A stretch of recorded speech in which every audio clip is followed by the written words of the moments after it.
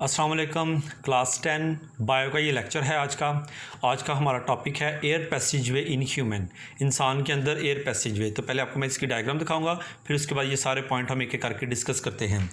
अच्छा जी, ये आप देखें इंसान के अंदर जो एयर पैसेज वे है उसके जो कंपोनेंट हैं वो क्या है, एक एक कंपोनेंट करके हम पढ़ेंगे। सबसे पहले आप देखें तो ये नॉस्ट्रिल्स, नेज़ल कैविटी होती है, नाक की जो कैविटी है उसको कहते हैं यानी नेज़ल कैविटी।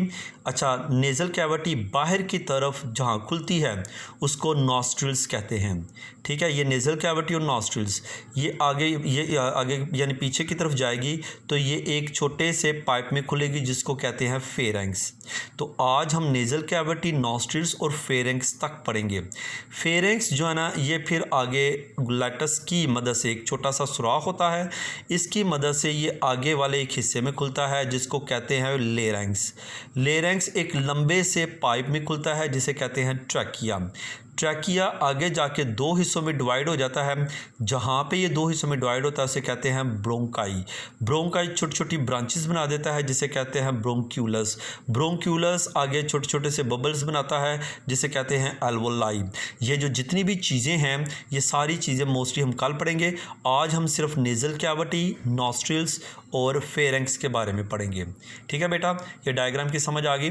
यानी आपका नाक के अंदर जो खाली जगह है उसको नेज़ल कैविटी कहते हैं, और नाक बाहर की तरफ जिन दो पोर्स, जिन दो सुराहों की वजह से खुलता है उसको नॉस्ट्रिल्स कहते हैं। तो अब हम इनको जो है ना एक एक करके ये तीनों चीज़ें डिस्कस करते हैं। तो सबसे पहले नेज़ल कैविटी आता है। नेज़ल कैविटी बाहर की तरफ जिस चीज़ की यानी जिस ओपनिंग की मदद से ये खुलता है उसको नॉस्ट्रिल्स कहते हैं। ठीक है, नेज़ल कैविटी डिवाइड होती है दीवार के ज़रिए से दो पोर्शन में।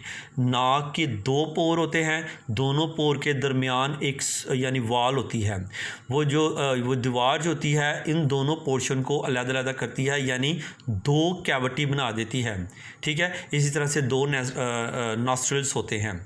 अब हर नेज़ल कैविटी के अंदर बाल और म्यूकस होते हैं। अब इनका क्या काम है कि नाक के अंदर बाल और नाक के अंदर जो म्यूकस होता है इनका क्या काम है। बालों का काम होता है कि हवा, जब हम सांस लेते हैं तो हवा में बहुत सारे जर्म्स और डस्ट पार्टिकल होते हैं। बाल उन डस्ट पार्टिकल और उन जर्म्स को वहीं पे रोक लेती है।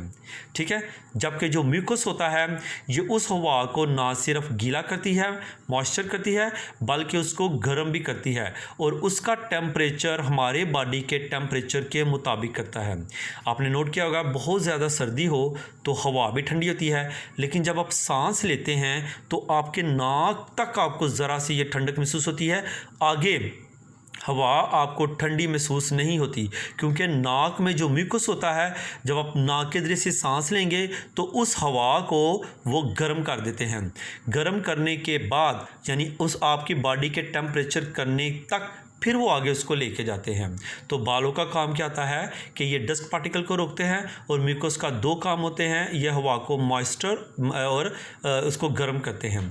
नेज़ल कैविटी फिर पीछे की तरफ इंटरनल नॉस्ट्रिल से एक पाइप में खुलती है जिसको कहते हैं फेरेंक्स, जो कि मैंने आपको यहाँ पे ये दिखाया। ये नेज़ल कैविटी पीछे की तरफ यहाँ पे फेरेंक्स में ये खुलेगी। ठीक है, फेरेंक्स असल में कॉमन होता है दो चीज़ों के लिए, फूड के लिए भी और एयर के लिए भी। मैं आपको दिखाता हूँ कि फेरेंक्स जो है ना, अगर आप इसको देखें ये पाइप फेरेंक्स है, ये इस तरफ एसोफेगस शुरू हो जाती है और इस तरफ जो है ना ये विंड पाइप यानी ट्रैकिया शुरू हो जाता है। तो फेरेंक्स असल में चोक है। चोक में चार चीज़ें आती हैं, तो इसमें ये देखिए ये नाक से आने वाला ये पाइप, ये मुंह से आने वाला पाइप, ये दो हो गए पाइप, तीसरा पाइप ये खुराक वाला आ गया, और चौथा पाइप ये हवा वाला आ गया। तो ये जो फेरेंक्स होता है असल में ये छोटा सा चौक होता है, और यहाँ से जो हवा है ना नाक से ये इस तरफ जाती है, हवा नाक से इस साइड पे जाएगी। तो ये वाला जो हिस्सा होगा जहाँ पे छोटा सा चौक बनता है इसको फेरेंक्स कहते हैं। फेरेंक्स फूड के लिए जो होता है पाइप वो एसोफेगस में दाखिल हो जाती है, हवा के लिए जो होता है वो लेरेंक्स में जाती है। हवा जो है ना ये फेरेंक्स से आगे लेरेंक्स में जाती है। लेरेंक्स में जिस ओपनिंग के ज़रिए से जाते हैं उसे ग्लैटस कहते हैं। ये लेरेंक्स में कभी आप देखें ना ये फेरेंक्स ये छोटा सा जो हिस्सा ना, छोटा सा जो रास्ता है, छोटा सा जो सुराख है, इसके ज़रिए से इसको कहते हैं ग्लैटस। ग्लैटस के ऊपर एक फ्लैप लगा होता है, एक ढकना लगा होता है जो इसको बंद करता है खाने के दौरान। जब हम खाना खाते हैं तो ये वाला जो फ्लैप है इसको बंद कर देता है ताकि फूड का पार्टिकल यहाँ ना चला जाए बल्कि ये एसोफेगस में जाए। जब हम किसी भी फूड को निगलते हैं तो उसके निगलने के दौरान हवा की नाली बंद हो जाती है।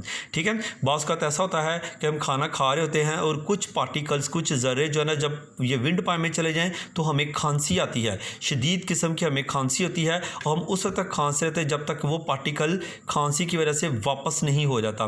जब वो पार्टिकल वापस चला जाता है तो आपकी खांसी जो है ना वो ठीक हो जाती है, जिसे पंजाबी में कहते हैं कि जी गोता लग जाना। अच्छा, अब ये जो फूड ये एसोफेगस में आ जाता है और हवा इस तरफ चली जाती है। जब हवा इस तरफ जाती है तो एपिग्लैटस जो ढकना होता है ग्लैटस का वो उसको बंद कर देता है। ठीक है, तो ग्लैटस जो है ना ये कवर होती है बाय फ्लैप, इसको कहते हैं एपिग्लैटस। ये मैंने आपको सिर्फ 2 टॉपिक करवाए हैं। इसके जो 4 टॉपिक हैं ये 2 दिन और लगेंगे, फिर ये आपका टॉपिक खत्म होगा। तो आपने ये करना कहाँ से, पेज नंबर 5 पे इधर से लेके यहाँ तक ये सारा नेज़ल कैविटी है और नीचे वाला जो पैराग्राफ है ये फेरिंक्स के बारे में, एपिग्लैटस के बारे में अगर आपने पढ़ना हो तो यहाँ से लेके ये यहाँ तक आपने इसको याद करना है। कोई भी चीज़ अगर समझ आए तो बेटा पूछ सकते हैं। अस्सलाम वालेकुम।